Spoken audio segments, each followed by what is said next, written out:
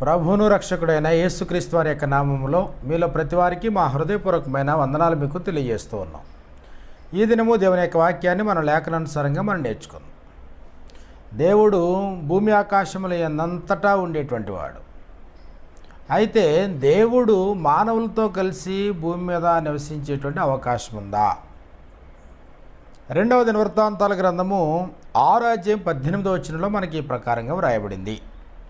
2వ దినవృత్తాంతాల గ్రంథము 6:18 మనుషులతో కలిసి దేవుడు భూమి యందు నివాసము చేయునా, ఆకాశమును మహాకాశమును నిన్ను పట్టజాలవే, నేను కట్టిన ఈ మందిరము నిన్ను పట్టునా.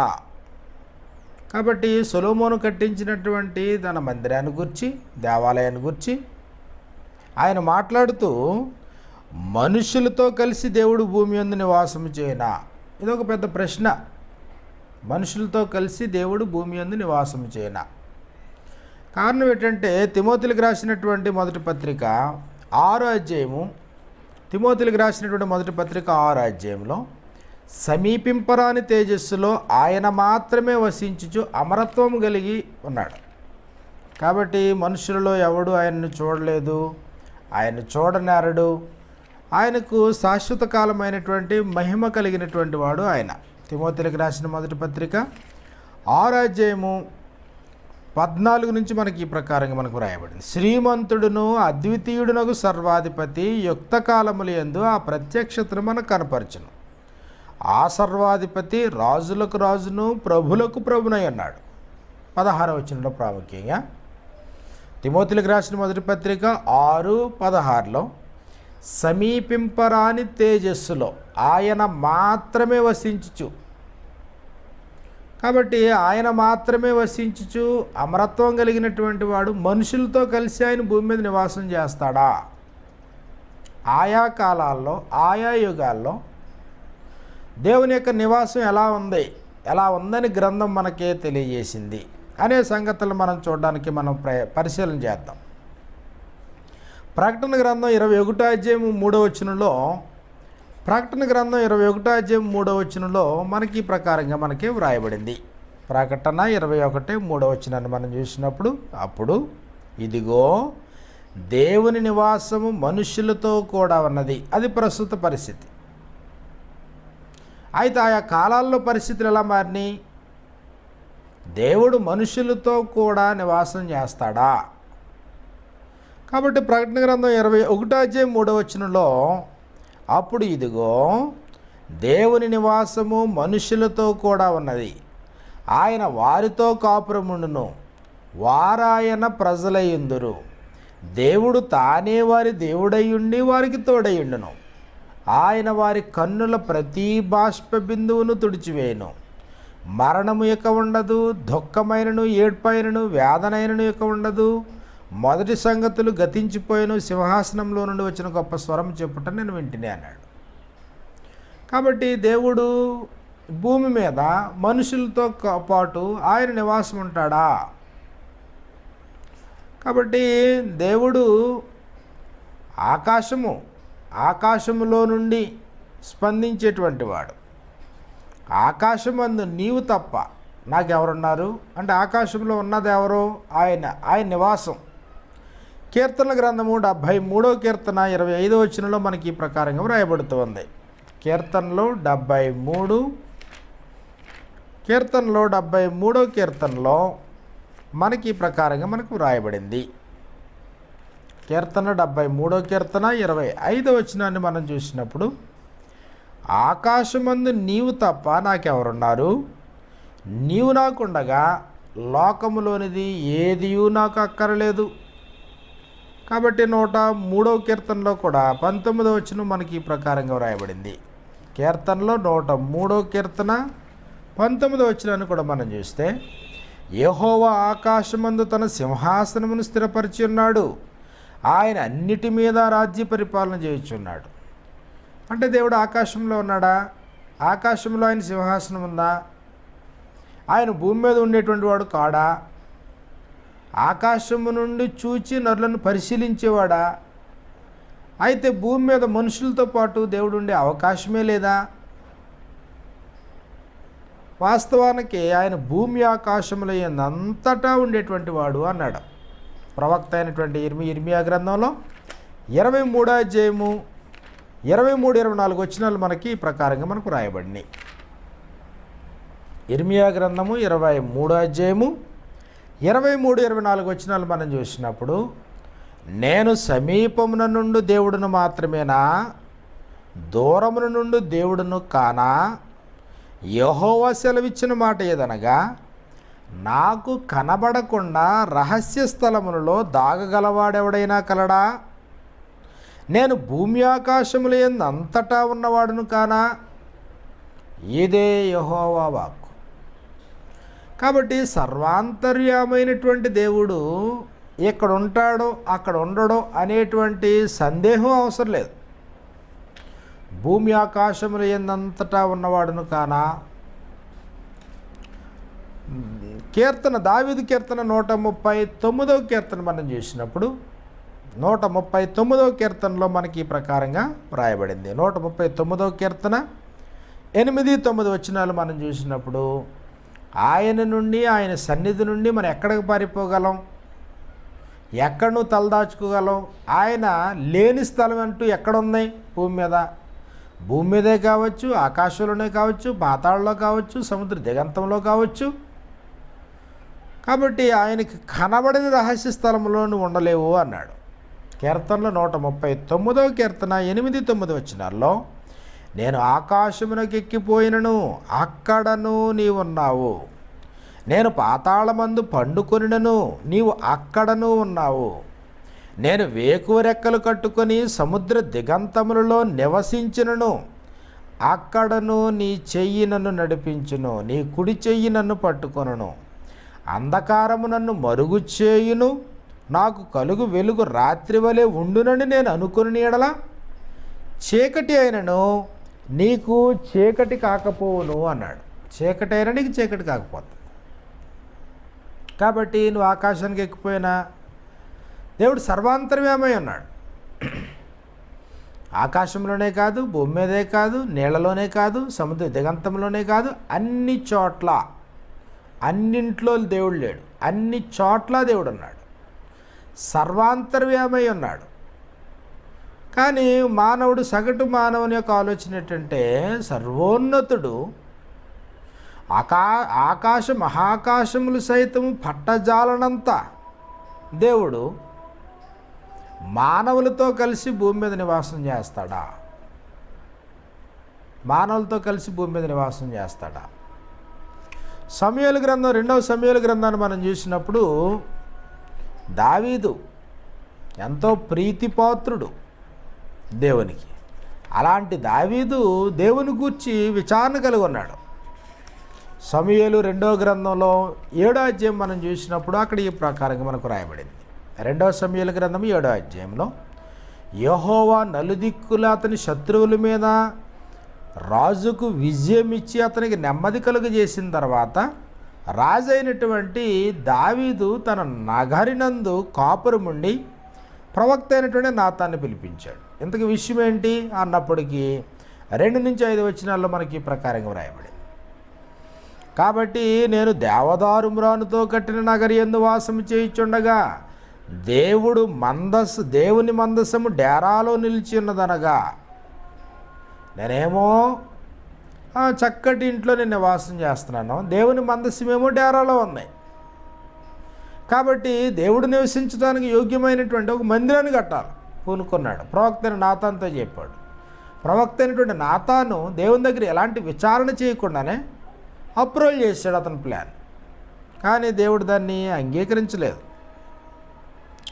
కాబట్టి దేవుడు అన్నాడు, నీవు పోయి, మళ్ళా చెప్పు 5వ వచనంలో, నీవు పోయి నా సేవకుడకు దావీదుతో ఇట్లనుము, యెహోవా నీకు ఆజ్ఞాపించినదేమనగా నాకు నివాసముగా ఒక మందిరమును కట్టింతువా? ఐగుప్తులో ఉన్నటువంటి నీ జనులను నేను రప్పించినప్పటి నుండి నేటి వరకు నేను ఎప్పుడైనా ఏ గోత్రులు ఎవరితోనైనా నాకంటూ ఒక మందిరం కట్టించండి నేను ఎప్పుడైనా ఎవరినైనా కోరానా? కాబట్టి నీవు నా సేవకుడైన దావీదుతో ఇలాగ చెప్పు, గొర్రెల కాపుగా ఉన్నటువంటి నిన్ను ఇశ్రాయేలు కాపుగా చేశాను, కాబట్టి నేను హెచ్చించాను, నేను నీవు నా కొరకు మందిరాన్ని కట్టడానికి ఉద్దేశించావు. కాబట్టి మనుషులు దేవుడు తమతో పాటు నివసిస్తాడా అనేటువంటి ఆలోచనలో మనుషులు ఉన్నారు.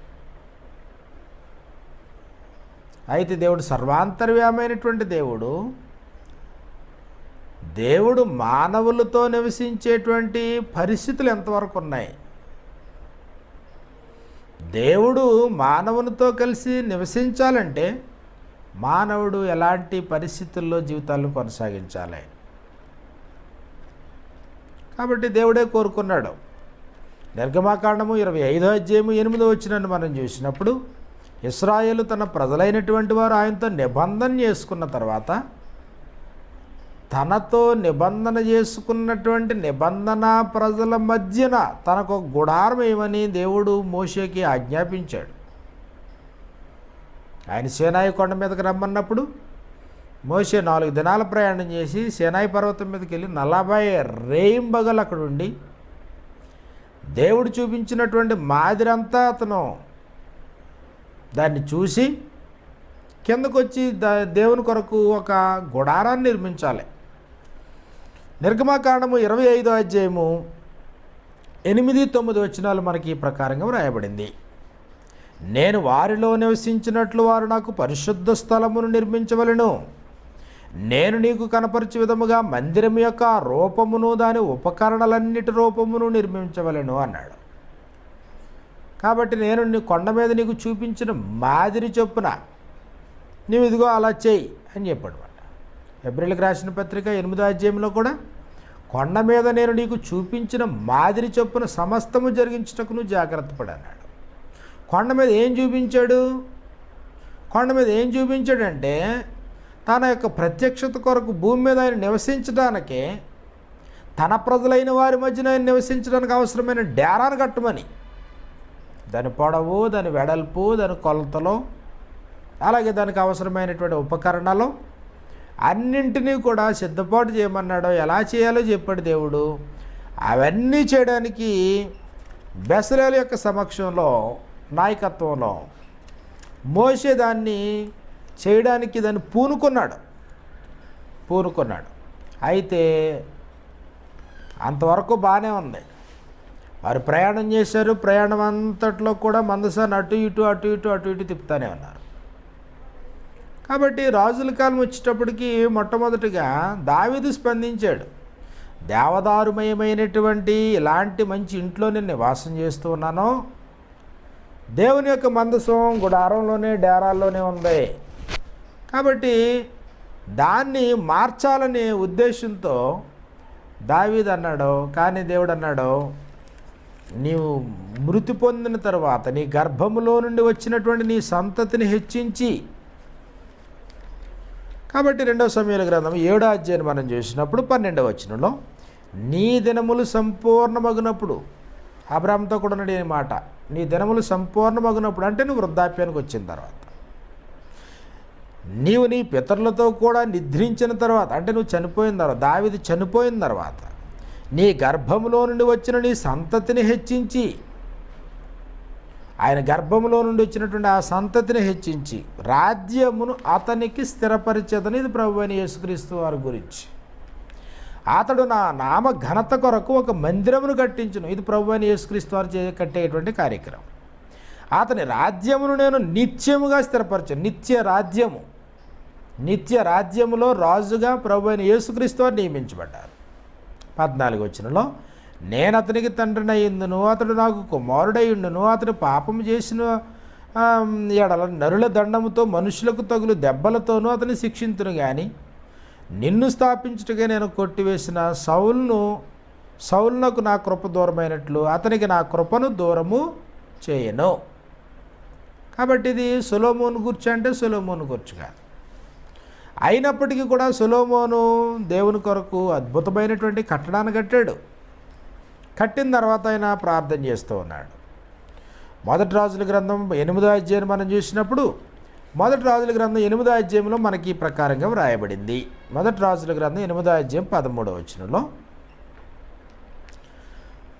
నీవు నివాసము చేయుటకు నేను మందిరమును కట్టించున్నాను, సదాకాలము అందులో నీవు నివసించుటకై నేను ఒక స్థలమును ఏర్పరిచున్నానని చెప్పి తన ముఖమును ప్రజల తట్టు తిప్పుకొని ఇశ్రాయేలు సమాజమంతా నిలిచి ఉండగా ఇశ్రాయేలీల సమాజకులందరినీ ఇలాగ దీవించెను.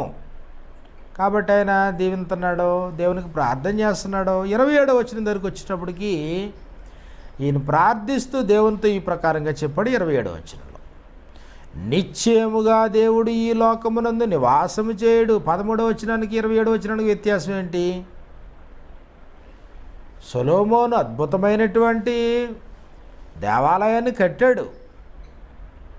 కట్టిన తర్వాత 13వ వచనంలో, నీవు నివాసం చేయుటకు నేను ఈ మందిరం కట్టించున్నాను, సదాకాలము అందులో నివసించుటకై నేను ఒక స్థలాన్ని ఏర్పాటు చేశాను అన్నాడు.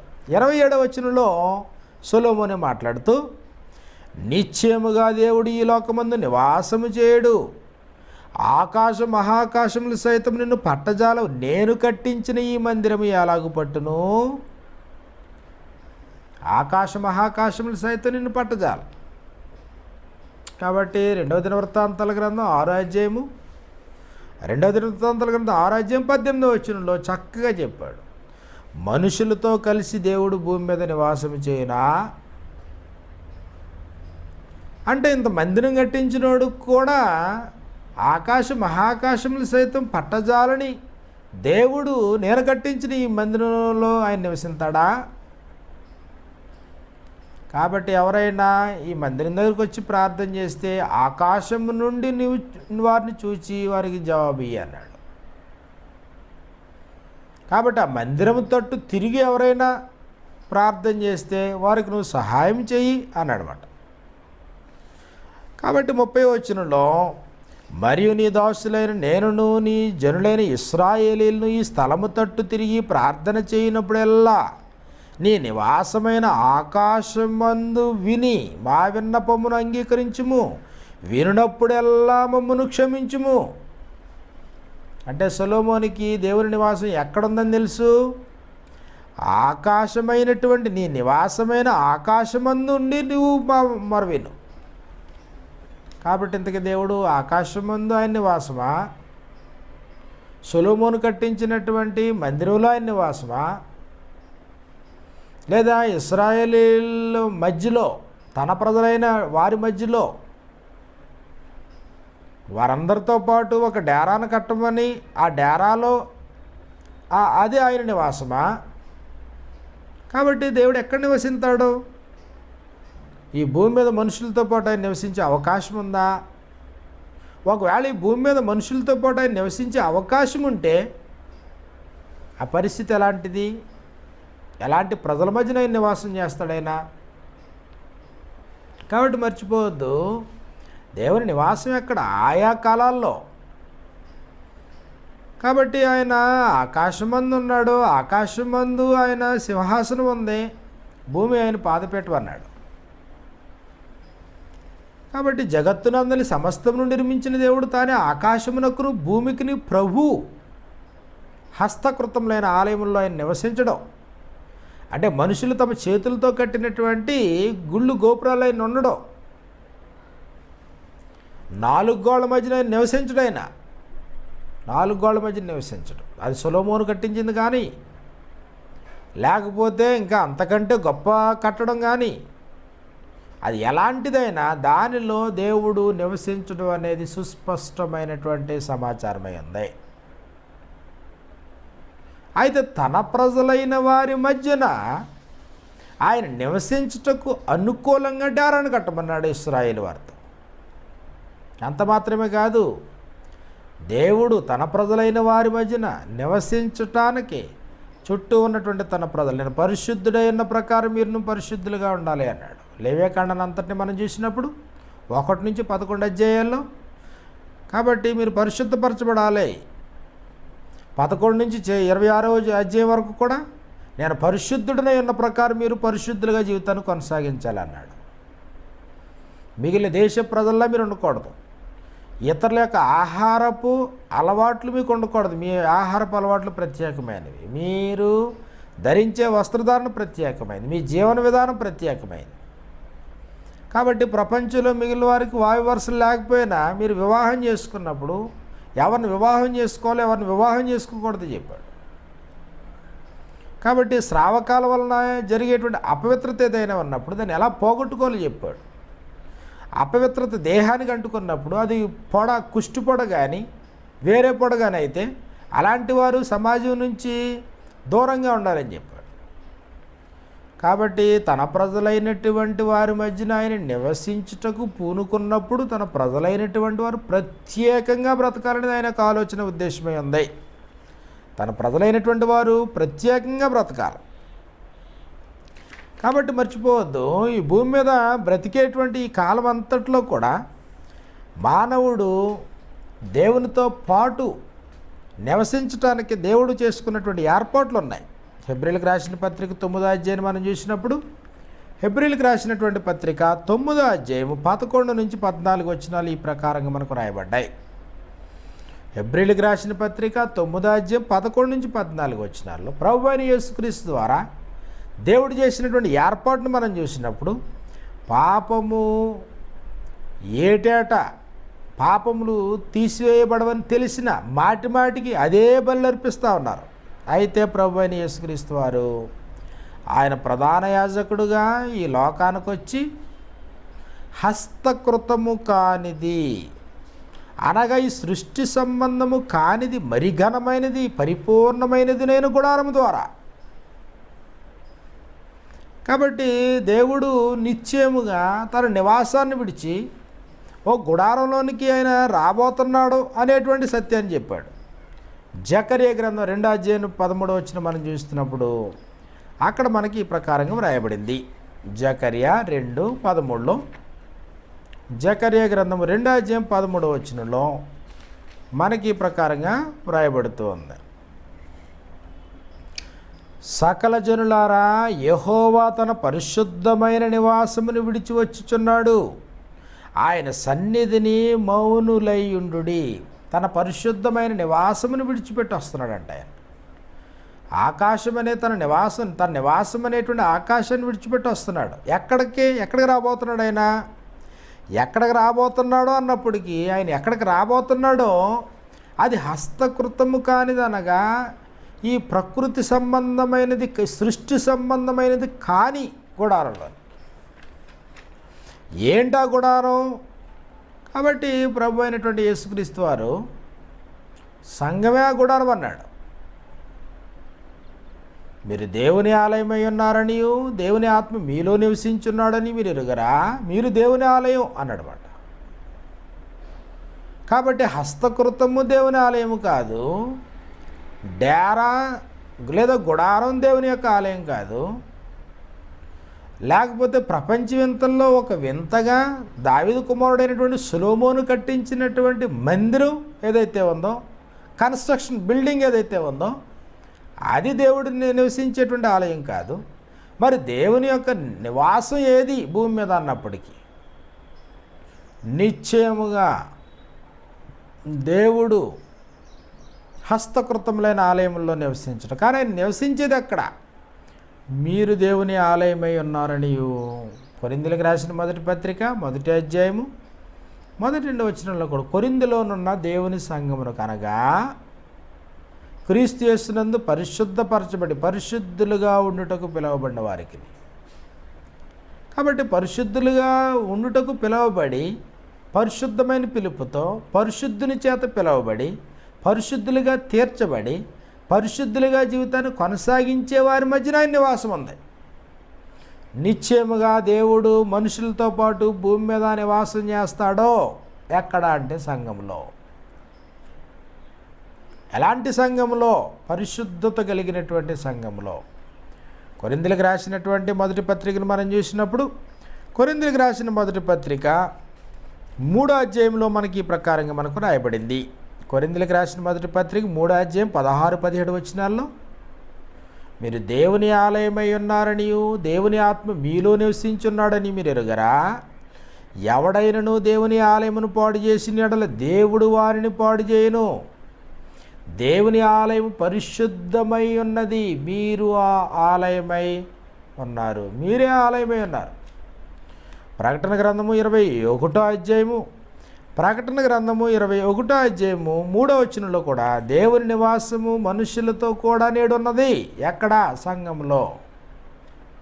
ఏ సంఘములో? పరిశుద్ధత కలిగిన సంఘములో, పవిత్రత కలిగిన సంఘములో, సహవాస సాంగత్య దోషము లేని సంఘములో, అన్యాచారాలకు తావివ్వని సంఘములో, దేవుని యొక్క చట్టాన్ని ఉల్లంఘించని సంఘములో, దేవునికి నిత్య విశ్రమ స్థానముగా బ్రతికేటువంటి వారి మధ్యన, రాజులైన యాజక సమూహముగా బ్రతకనుద్దేశించిన వారి మధ్యన ఆయన నివాసం.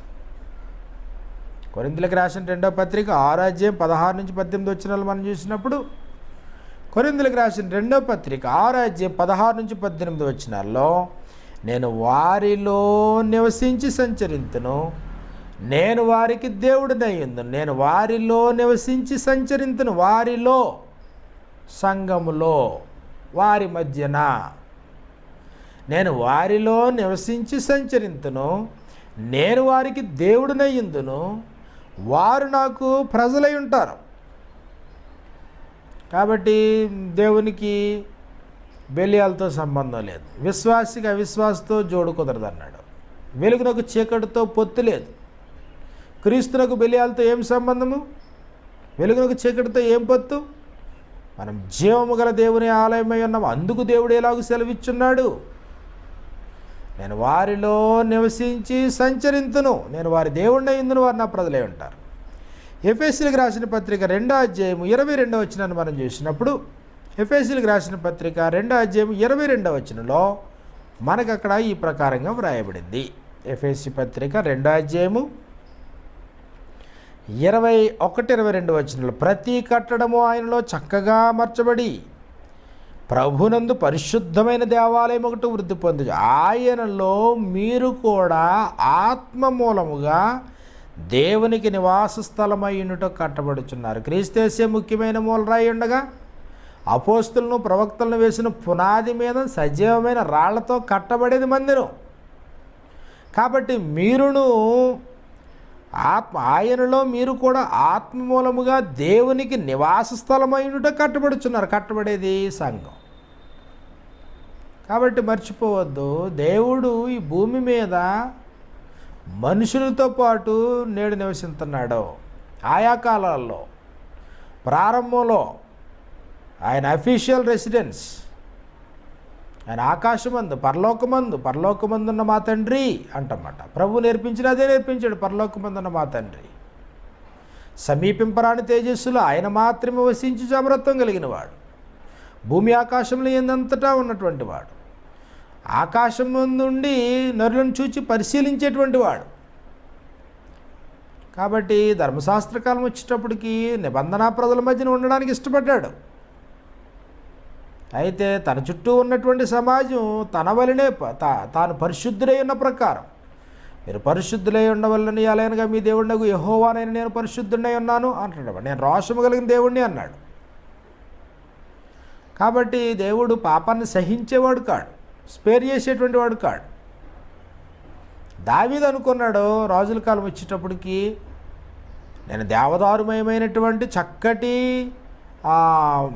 రాజనివాసంలో నేను బ్రతుకుతా ఉన్నాను, దేవుని మందసం డేరాలోనే ఉన్నాయి, దేవునికి కూడా మంచి అద్భుతమైన బిల్డింగ్ కడదాం అనుకున్నాడు. కానీ ఆలోచన సరైంది కాదు. సొలొమోను కాలంలో అది కట్టినప్పటికి కూడా సొలొమోను ప్రార్థించాడు, నేను కట్టించిన ఈ మందిరంలో నువ్వు నివసిస్తావా? దేవుడు మనుషులతో పాటు భూమి మీద నివసించునా? ఆకాశము నీ సింహాసనము, భూమిని పాదపీఠము, నీ కొరకు ఎలాంటి మందిరాన్ని నేను కట్టించగలను? యెషయా గ్రంథం 66వ అధ్యాయం 1-2 వచనాల్లో కూడా ఆయనకు నిత్య విశ్రమ స్థానంగా కట్టనుద్దేశించిన ఇల్లు ఏపాటిది? అంతటి ఆకాశం ఆయన సింహాసనమై ఉండి, భూమి ఆయన పాదపీఠమై ఉండి, అలాంటి దేవుడు కూడా పరిశుద్ధులైన 2-3 కలిసి కూర్చుంటే, సంఘంగా ఏర్పడితే వారి మధ్య నివసిస్తాడు. నిత్య విశ్రమ స్థానముగా కాబట్టి అంటాడు కీర్తనల గ్రంథంలో ఆయన సియోనుని ఏర్పరచుకున్నాడు. కీర్తనలు 132 కీర్తన 13 వచనం మనం చూస్తే దేవుడు యెహోవా సియోనుని ఏర్పరచుకుని ఉన్నాడు, తనకు నివాస స్థలముగా దానిని ఏర్పాటు చేసుకుని ఉన్నాడు. సియోన్ అంటే తన ప్రజల మధ్యన, నిబంధన జనుల మధ్యన, మూర్ఖతరము నుండి వేరే రక్షణ పొందిన వారి మధ్యన, రక్షణలో కొనసాగే వారి మధ్యన, ప్రభువైన యేసునందు విశ్వాసం ఉంచే వారి మధ్యన, యథార్థపరులుగా దేవుని ఆరాధించే వారి మధ్యలో ఆయన నివసించాడు ఆయన. కాబట్టి మర్చిపోవద్దు, ఈరోజు తండ్రితో నివసించే అవకాశం నీకు ఉంది. తండ్రితో కలిసి నివసించే అవకాశం ఉంది. నీవున్న స్థానిక సంఘం పరిశుద్ధమైందేనా? పరిశుద్ధుని యొక్క పిలుపు మేరకు, పరిశుద్ధ పిలుపుతో పిలవబడి, పరిశుద్ధపరచబడి, పరిశుద్ధతలో కొనసాగేటువంటి స్థానిక సంఘమేనా? పరిశుద్ధతకు, పవిత్రతకు ప్రాముఖ్యత ఇచ్చే స్థానిక సంఘమేనా? కాబట్టి అలాంటి సహవాసులను ఉంటే దేవుడు భూమి మీద నరులతో పాటు ఆయన ఈ భూమి మీద నివసించే అవకాశం ఉంది. అలాంటి నివాసులను ఉంటే నీకు ఇబ్బంది లేని పరిస్థితి ఉంటుంది. ఆయన ఇంట్లో నువ్వు లేకపోతే, ఆయన సంఘంలో నువ్వు లేకపోతే, ప్రభు శరీరంలోనూ అవయంగా లేకపోతే, కాబట్టి ఆయన సంకల్పంలోనే నువ్వు లేకపోతే, ఈ ఫ్రేమ్లో నువ్వు కొనసాగకపోతే శాశ్వతమైనటువంటి నిత్యత్వాన్ని కోల్పోతావు. అలాంటి దుస్థితి నీ జీవితంలో ఏర్పడకూడదని ప్రేమపూర్వకంగా మనవి చేస్తున్నాను. మర్చిపోవద్దు, సత్తుపల్లి పరిసర ప్రాంతాల్లో మా సేవలు ప్రారంభించాం.